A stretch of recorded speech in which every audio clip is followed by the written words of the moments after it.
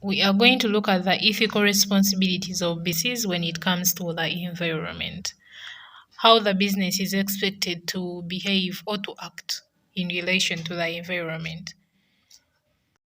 So we have two approaches in relation to ethical responsibilities of businesses towards the environment, and we have the economic approach plus the environmental approach. Economic approach is from economists, and environmental approach it is from environmentalists.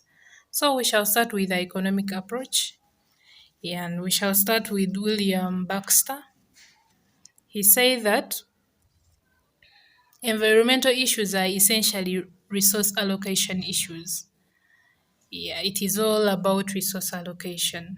Like environmental issues is in relation with resource allocation, and was like the best way to handle them is by free market. And Baxter's view is that there is an optimal level of pollution just as there is an optimal level of resource consumption. And this level is determined by the market and not political factors. Because when we were dealing with microeconomics, we looked at resource allocation, and there was always that optimal level of consumption, which is the highest level of satisfaction. In case you're eating, when you reach that optimal level, you cannot take it anymore.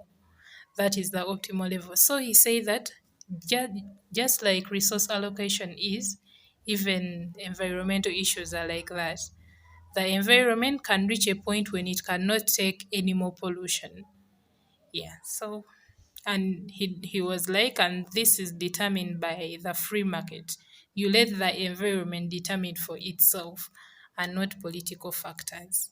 And that is according to William Baxter. Though others argue that the political arena is more appropriate for dealing with environmental issues than economics.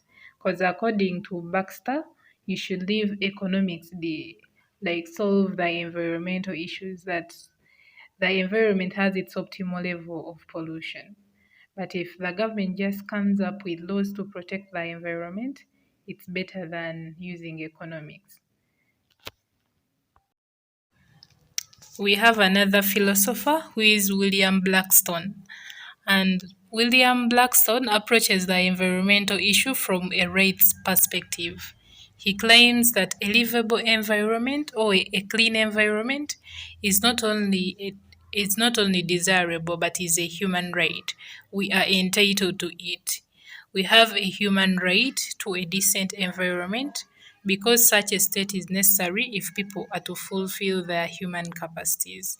Because it's very hard to do all you can in an environment that is not clean. It's like the Arab countries, they are always limited to what they can do because they live in the desert. Yeah. So he approaches it from a rights perspective. Because we have a human right to a livable environment, businesses and societies they have the obligation to protect the environment. So, accordingly, Blackstone urges that governments should incorporate this right, the right to a livable environment, into their legal systems, even though doing so will restrict businesses' economic and property rights. And that is according to William Blackstone. He approaches the environmental issue from the rights perspective, saying that it is our right to have a livable environment. Therefore, it is an obligation of businesses to make sure that they do not interfere with that right.